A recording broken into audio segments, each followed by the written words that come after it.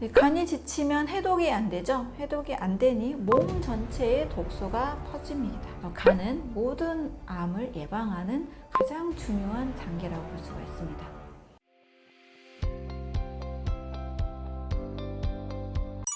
간이 지치게 되는 원인은 무엇인가요? 첫 번째, 간이 지치는 가장 큰 원인은 바로 독소입니다. 이 처리해야 되는 독소가 너무 많아져서 이제 간이 과부하 상태가 되는 거죠. 이 독소를 많이 쌓게 만드는 생활 습관으로는 술을 매일 마시는 경우, 또 약을 지나치게 너무 많이 섭취할 경우, 가공식품을 거의 매 끼니 또 매일 많이 먹을 경우, 이럴 때 간은 굉장히 쉴 틈 없이 독소가 들어오다 보니까 굉장히 간이 지치게 되죠. 거기에 만약에 이제 비만까지 생길 경우에는 지방간이 되고, 또 당뇨가 있는 경우에는 더 악화가 됩니다. 두 번째는 바로 스트레스입니다. 스트레스를 받게 되면 만병의 원인이라고 하는데요. 이 기전이 있습니다. 스트레스를 받으면 콜티졸이라는 호르몬이 분비가 됩니다. 이 호르몬도 간에서 분해가 돼야 되는데요. 만성적으로 계속 스트레스를 받게 되면 간이 계속 지속적으로 부담을 갖게 됩니다. 또 이 스트레스는 바로 혈액순환을 바꿉니다. 혈류를 변화시켜서 간으로 가는 혈액을 줄여주니까 간이 제대로 산소와 영양소 공급을 받지 못하게 되는 거죠. 간 세포가 더 약해지게 됩니다. 세 번째는 수면 부족이 또 간을 지치게 합니다. 간은 밤 시간에 재생이 돼요. 자는 동안에 다른 세포도 마찬가지지만 손상된 세포, 노화세포, 암세포 이런 것들이 밤 시간에 제거되기도 하고, 또 새로운 세포 재생이 일어나는데, 바로 잠을 잘 자지 못하면 간의 세포가 잘 복구가 안 되는 거죠. 자는 동안에는 간 세포가 재생이 돼야 하고, 또 해독 효소도 보충이 돼야 되고, 독소도 처리해야 됩니다. 특히 밤 11시부터 새벽 3시 사이에 멜라토닌 분비가 많이 되면서 간 세포가 잘 재생이 됩니다.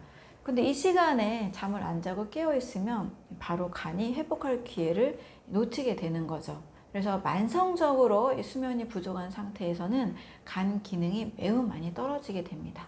네 번째로 환경 독소도 간을 지치게 만듭니다. 그러니까 중금속, 미세플라스틱, 또 다이옥신 같은 환경 호르몬들이 다 간에서 해독을 해야 되는데요. 해독하기 매우 어려운 물질입니다. 특히 이제 중금속은 간에 쌓이게 되면 직접적으로 간 세포를 손상시킵니다. 해독 효소 활성도 떨어지게 되고, 또 이걸 해독하는 과정에서 활성산소가 매우 많이 증가합니다. 산화 스트레스가 증가하기 때문에 또 이걸 더 해독해야 되는 악순환이 계속 반복이 되는 거죠. 이 과정에서 간 세포가 파괴가 됩니다. 간이 지치면 우리 몸에서 어떤 일이 일어나나요? 네, 간이 지치면 해독이 안 되죠. 해독이 안 되니 몸 전체에 독소가 퍼집니다. 혈액은 간을 거쳐서 이제 해독을 해야 되는데, 간이 제 기능을 못하게 되면 이 독소가 섞인 혈액이 온몸을 돌게 되죠. 이 온몸의 장기는 바로 뇌도 있고요. 심장, 폐, 신장, 피부로도 계속 독소가 가게 됩니다. 그래서 사실 모든 장기가 바로 간에서 해독하지 못한 독소에 영향을 받는다라고 볼 수가 있습니다. 자, 그 중에서도 이 두 가지 부분이 매우 중요한데요. 바로 장, 간 순환입니다. 장에서 흡수된 모든 물질들은 바로 간으로 가게 됩니다. 간에서 걸러진 다음에 전신으로 흘러가게 되는데요. 장간순환, 또 이것을 문맥순환이라고 합니다. 그래서 간 기능이 떨어지게 되면 장에서 올라온 독소를 잘 해독을 못하겠죠. 장내 세균이 만들어낸 독소도 있을 것이고, 또 소화가 되지 않은 음식물의 찌꺼기들, 입자들, 염증 물질들, 이런 것들이 그대로 또 혈액으로 들어가게 됩니다. 그러니 이 물질들이 들어가게 되니까 바로 몸에서는 독소가 들어오고, 독소를 제거하려는 염증 반응이 시작이 되는 겁니다. 전신에 염증이 생길 수 있는 환경이 되는 거죠. 또 장뇌축을 통해서도 뇌로도 독소가 전달이 됩니다. 파킨슨이나 이 치매의 경우 특정 장내 세균과 그 세균이 만들어낸 독소들이 발견되는 경우들이 또 종종 있습니다. 그래서 장내 건강을 잘 만들게 되면 뇌도 같이 건강할 수 있게 되는 원리가 됩니다.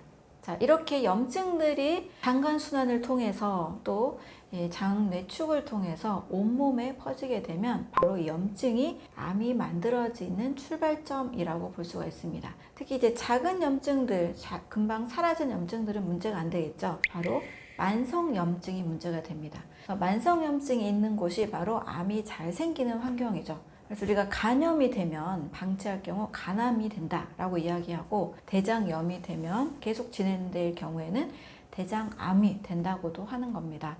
간이 지쳐서 독소나 염증이 증가되면 암세포가 바로 자라기 좋은 환경이 된다는 것을 꼭 이해하시면 좋겠습니다. 또 간암뿐만이 아니에요. 바로 다른 장기암도 마찬가지고요. 간에서 독소를 제거하지 못하면 다른 장기도 역시 독소가 퍼지고 염증이 많은 환경이 되기 때문입니다. 간은 모든 암을 예방하는 가장 중요한 장기라고 볼 수가 있습니다. 술과 담배가 간에 미치는 영향은 무엇인가요? 네, 재밌는 사실이 있는데요. 사실 술을 많이 마시게 되면, 자주 마시게 되면 1단계의 해독 효소가 증가합니다. 왜냐면 몸에 계속 해독해야 될 게 들어오니까 몸이 적응을 해서 술을 더 빨리 분해하려고 하기 때문입니다. 그래서 술을 마시다 보면 술이 점점 세지는 것처럼 느껴지게 되죠. 그런데 이게 결코 좋은 신호가 아닙니다. 1단계의 해독 과정이 빨라지고 2단계가 그대로 되면 어떻게 된다 그랬죠? 독성 중간 대사산물이 많이 만들어지게 됩니다. 그래서 이것이 결국 또 간세포를 손상시키게 되고, 지방간이나 간의 염증이나 간의 섬유화, 간경화로 이어지기 쉽습니다. 술을 오래 많이 마신 사람에게 간 기능에 문제가 생기게 되죠. 간염, 간 섬유화, 간경화 이런 것들이 많이 생깁니다. 담배도 마찬가지입니다. 담배를 피우면 먼저 1단계 해독 효소가 증가합니다. 우리 몸이 이거 독소를 빼내야 되니까 해독 효소가 증가하게 되는 거죠. 그래서 니코틴이나 타르를 분해하려고 합니다. 그런데 바로 이 과정에서 발암 물질이 만들어지게 되는 거죠. 특히 담배의 벤조필에는 1단계 해독을 거치면서 더 독성이 강한 물질로 바뀌게 됩니다. 그래서 2단계가 빨리 처리하지 못하면 바로 이 물질이 DNA를 손상시키고 암을 유발하는 환경으로 만들어 버립니다. 커피를 마시면 간에서는 어떤 일들이 일어나나요? 네, 커피는 두 가지 면이 있는데요. 흥미로운 부분이 있습니다. 일단 카페인은 1단계 해독 효소를 활성화시킵니다. 커피를 마시면 간이 바쁘게 일을 해서 이것을 제거하려고 합니다. 그래서 해독 효소가 활성화되기 때문에 약을 먹으면서 커피를 함께 마시면 약효가 떨어지게 되는 겁니다. 약이 너무 빨리 분해가 되기 때문인 거죠. 또 커피에는 항산화 물질이 있어서 간을 보호하는 효과가 있습니다. 커피 콩에 들어있는 폴리페놀이라는 성분이 커피 로스팅 과정을 통해서 적당량의 이 항산화 성분이 활성화가 되는데요. 이 부분이 또 간 건강에 도움이 된다는 연구 결과도 있습니다. 하지만 또 너무 지나친 로스팅, 적당한 로스팅이 아니라 너무 지나친 로스팅, 또 커피의 유통 과정에서 발생되는 어떤 곰팡이 독소들의 오염이 된 상태에서는 또 간에 도움이 된다라고 보기는 어렵습니다. 도움이 되는 부분과 도움이 되지 않는 부분이 있기 때문에 잘 좀 조심을 해야 될 부분이 있습니다. 또 십자가 채소라고 알려진 브로콜리나 양배추, 케일 이런 채소들은 2단계 과정을 강화합니다. 이 채소에 들어있는 성분들이 있는데요. 양배추의 설포라판, 브로콜리 설포라판 유명하잖아요. 이 설포라판 그리고 인돌, 카비돌 같은 성분들이 2단계 효소를 활성화시킵니다. 성분으로 볼 때는 마늘에 들어있는 황화물, 양파에 들어있는 이 황화물도 2단계 해독 과정에 도움이 되는 성분이 됩니다. 그래서 이런 음식들을 자주 먹으면 해독 능력이 좋아지기도 합니다. 하지만 간 기능에 이미 간열이 높이 있는 분들의 경우에는 때로는 마늘의 강한 열 성분이 간 기능에 또 저하가 되기도 하니까요. 성분만 보기보다 내 몸 전체 상태를 또 같이 보실 필요도 있습니다. 결국 이 간의 해독 능력은 우리가 어떤 음식을 먹고 또 어떤 생활 습관을 가지느냐에 따라서 크게 달라질 수가 있습니다. 독소를 많이 몸에 넣는 라이프 스타일을 하게 되면 당연히 간의 해독 능력이 떨어지게 되고 간이 지쳐서 결국 간이 망가지게 될 수가 있습니다. 또 반대로 간에 좋은 영양 섭취를 잘 하시게 되면 또 간의 기능이 또 강해지게 됩니다. 그래서 우리가 어떤 음식을 먹고 어떻게 생활 습관을 잘 만들어 가느냐, 이것이 바로 우리에게 달려 있다라고 볼 수가 있습니다. 암 환자에게 간이 중요한 이유는 무엇인가요? 네, 많은 분들이 사실 간 건강의 중요성을 잘 모르십니다.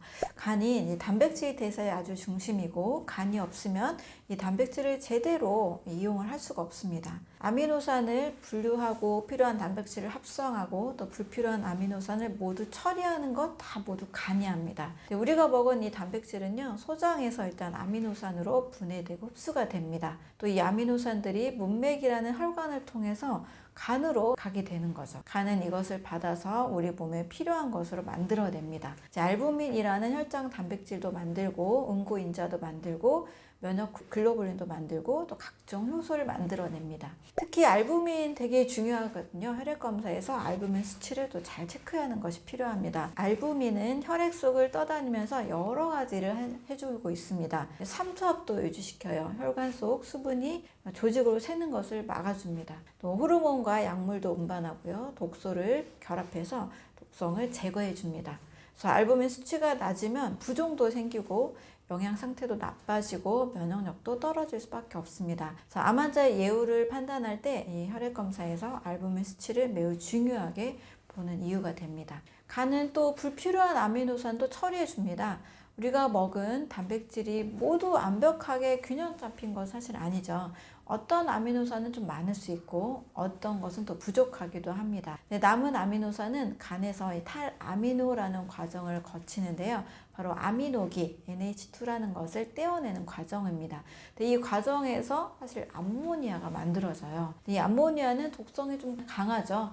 특히 뇌에 매우 치명적입니다. 그래서 간은 이 암모니아를 요소로 전환시키는데요. 요소 회로라고 불리는 복잡한 과정을 거쳐서 독성 있는 암모니아를 독성이 없는 요소로 만들어냅니다. 이 요소가 바로 혈액을 타고 신장으로 가서 소변으로 배출이 됩니다. 이 모든 과정들이 제대로 잘 작동을 하려면 바로 간이 튼튼해야 됩니다. 간 기능이 떨어지면 암모니아가 처리되지 못하는 거죠. 혈액 속에 암모니아가 쌓이게 되면 의식이 혼미해지고 손떨림도 생기고 심할 경우에는 혼수 상태가 됩니다. 이것을 이제 간성 뇌증이라고 합니다. 가끔 이제 이런 증상들을 수반하는 암 환자분도 계십니다. 왜냐하면 암 환자분들은 간 기능이 매우 저하된 경우가 많기 때문이에요. 특히 항암제가 간을 손상시키잖아요. 그래서 암 자체가 왜 간에 부담을 주고 뭐 암 자체가 영양 불균형 주고 이게 아니고요. 이 항암 과정에서 또 이제 체력이 떨어진 과정에서 바로 간이 계속 더 약해지게 되는 거죠. 영양 불균형도 또 간을 약하게 만듭니다. 이런 간의 건강 상태에서 단백질 먹어야 돼 하면서 단백질만 과다하게 섭취하면 이제 간이 버티지를 못하는 거죠. 또 암모니아가 처리가 안 되고 또 독소가 계속 쌓이는 환경이 되면 오히려 간 건강이 나빠지게 됩니다. 또 간이 하는 또 매우 중요한 역할 중에 하나가 근육 합성을 조절하는 호르몬과 성장 인자를 만드는 겁니다. 그 중에 IGF-1이 가장 대표적인데요. 이 호르몬은 인슐린 라이크 그로스 팩터 1이라 그래서 인슐린 유사 성장 인자로 알려져 있습니다. 이것은 근육세포의 성장을 촉진시키는 거죠. 따라서 간 기능이 좋아야만 IGF-1이 잘 만들어지고 근육 합성이 활발하게 됩니다. 또 간이 건강하게 되려면 우리 몸에 과부하가 걸리는 그런 식사를 하시면 안 됩니다. 과도한 단백질 섭취가 바로 간에 큰 부담이 되기 때문이죠. 특히 질이 나쁜 단백질은 더 큰 부담이 돼요. 가공육이라든지 구운 고기, 상한 고기 이런 것들은 간이 처리해야 되는 독소를 매우 많이 만들어냅니다. 거기에 반해 술과 약물이나 또 환경 독소들이 여러 가지 더 더해지면 간은 이 독소를 처리하는데 아주 과부하 상태, 포화 상태가 됩니다. 그래서 간을 건강하게 유지하는 것이 항암 그리고 세포 재생의 아주 첫걸음이라고 볼 수 있습니다. 간이 살아나야만 이 단백질 대사가 정상적으로 잘 돌아가게 됩니다. 필요한 단백질도 잘 만들고 독소도 처리하고 근육이 잘 합성이 됩니다. 그래서 아무리 좋은 단백질을 많이 드셔도 간이 지쳐 있다면 아무 소용이 없다고 보시면 되겠습니다. 암 환자에게 권장하는 조리 방법은 어떤 방법인가요? 네, 똑같은 재료라도 어떻게 요리하느냐에 따라서는 굉장히 결과가 달라질 수 있어요. 독이 많이 생길 수도 있고요. 또 좋은 약이 될 수도 있습니다. 특히 이제 고온 조리의 경우는 단백질을 변성시키잖아요. 발암 물질이 생길 수 있어요. 160도가 넘어가는 고온에서는 최종 당화산물이 급격히 증가하게 됩니다. 또 200도가 넘어가게 되면 HCA와 PAH 같은 발암 물질도 생겨납니다. 그래서 굽기, 튀기기, 볶기 이런 것들은 모두 고온 조리법이잖아요. 맛은 좋을 수 있는데 사실 건강에는 매우 좋지 않습니다. 특히 직화구이, 숯불구이는 아주 피해야 돼요. 불꽃이 직접 닿으면요, 발암 물질이 만들어지고 타거나 그을려진 부분에 독성이 생깁니다. 그래서 바베큐, 삼겹살 구이, 숯불갈비를 지켜 먹을 경우에는 그런 분들은 암 위험이 높다는 연구 결과가 있습니다. 어떻게 조리를 해야 될까요? 그 답은 이제 물을 이용한 조리법이에요. 물로 찌거나 삶는 방법이 가장 안전합니다. 물에 끓는 점은 100도잖아요. 이 온도에서는 최종 당화산물이나 발암물질이 거의 생기지 않아요. 단백질은 충분히 있지만 독성 물질은 잘 만들어지지 않습니다. 또 찜의 경우에는 영양소 손실도 적잖아요. 비타민과 미네랄이 물에 녹아 나오는 것을 최소화시켜줍니다. 특히 비타민 B군이나 비타민 C 같은 수용성 비타민은 물에 삶게 되면 많이 손실이 돼버리죠. 근데 찌면 대부분 보존이 됩니다. 그래서 생선찜, 닭가슴살찜, 두부찜, 계란찜 이런 것들은 모두 건강한 조리법이 될 수 있습니다.